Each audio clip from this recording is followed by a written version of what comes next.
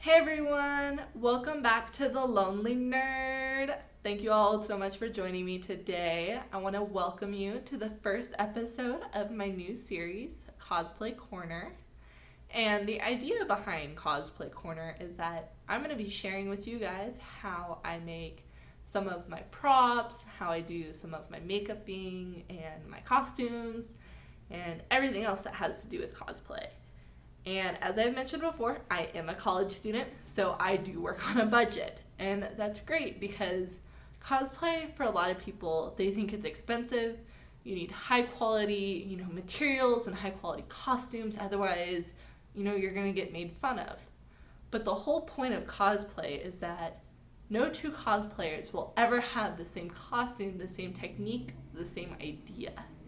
Which makes it amazing because you get to see such a variety and such a, difference in techniques and interpretations of character, or even a simple prop can have such a variation. And that's what really makes cosplaying great. So I'm going to show you guys how I cosplay and some of the techniques that I use in hopes that I inspire you guys to go try it on your own. Definitely, don't take on the most ambitious project out there. Start simple and work your way up. And that way you're not disappointed or discouraged if, it doesn't come out exactly how you want to. But know that I always work on costumes for a long time. My very first one was terrible. It was the worst thing ever. But people recognized me and they were like, wow, that's really cool. I never thought of doing it that way.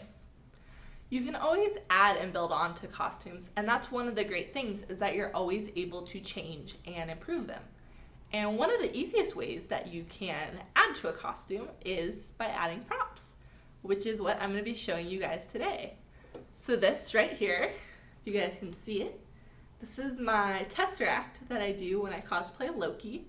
This is actually the second version of this one that I've made. And this one is a lot brighter than my first one I made. And I'll show you guys what I used for this one versus my first one.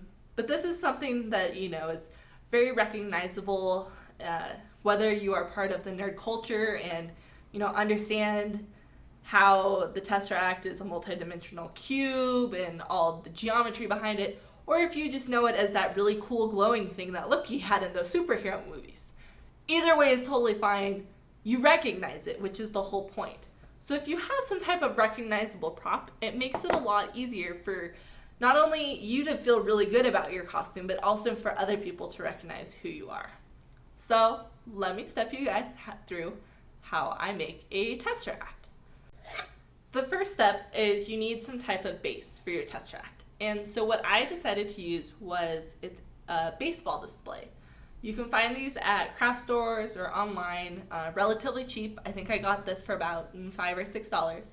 And when you get them, they're clear because the whole point is to display a baseball. And if we had a clear Tesseract, that would kind of defeat the point. So I got them, this one you can tell is kind of opaque, and I did that using a two-step process. The first thing I do is grab some sandpaper. I use a relatively fine sandpaper. That way I'm able to get into some of these nooks and crannies and get a really nice smooth finish on it in the end process.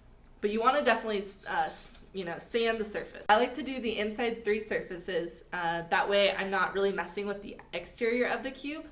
That's totally an option if you want to. It'll just add another layer of texture to it, which will add. It kind of creates, depending on how you sand it and how you paint it, it creates kind of these swirling effects in the cube itself based on the scratch marks.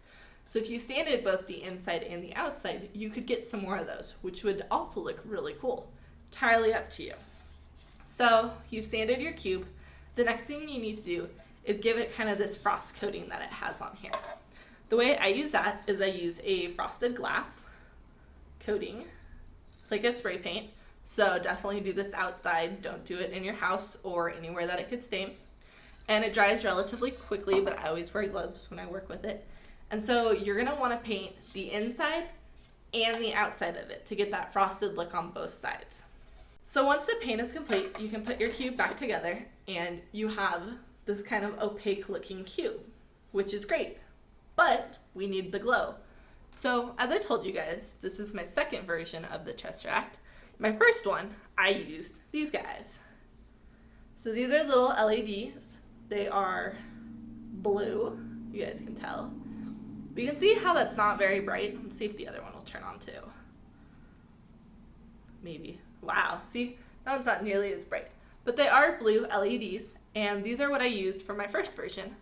So the way I did it was I took wax paper, because that also has that kind of opaque look to it, and I crumpled it up, and then I put about 3 of those LED lights in different locations in the wax paper, put another layer of wax paper around them, and kind of just squished it all into a ball, put it in the middle of my cube, and there was my glowing Tesseract. It looked really cool. The only downside was if you were in a highlight environment, such as you will be if you're at Comic-Con, both on the show floors and outside, it made it really hard to see the effect. So, on this version, I decided to upgrade my lights. These cost me about $4 for a 4-pack, so about $1 a light. The ones that I'm using in here were slightly more expensive, still only about $5 or $6. They use AA batteries, and so I'm going to take this apart. So as you can see, it's that same baseball cube that is frosted and sanded. And then this one, you can kind of see how I did the wax paper in here. So I have the wax paper wrapped around, and these are string blue LED lights. So there you guys can kind of see them. The blue light is really strong, so it really washes out, which is not so great for recording, but great for in real life. So you can take my word for it that these are blue string lights that I wrapped around a ball of wax paper again, and then I just covered it with another layer of wax paper. And then in order to avoid it so I could go like this without making a large clunking sound, you guys can see here on the bottom my battery pack, I just used some hot glue on the inside and glued that into place. That's totally optional, up to you. You could make this into a switch and have it, you know, on the outside or a lot smaller so you don't see this bulkiness. My plan is to kind of carry it around like this. See it? And so you see how you get some of these darker spots along with the lighter spots. So it's kind of that swirlingness look to it. Something else I did on this first version is I added some fishing wire. So that way I could make it look like it's hovering and spinning, and I was harnessing all the cosmic energy because I am a supervillain. But I decided not to do that with this one, just because I'm going for a more simpler look on this one. But that's definitely something you guys could do. Another thought I had was to do magnets, probably something along the line of rare earth magnets. You'd have one inside and have one in like a glove that you had sewn. And you'd want opposite sides so that they are repelled from each other, and you could have it where it would hover in the between them.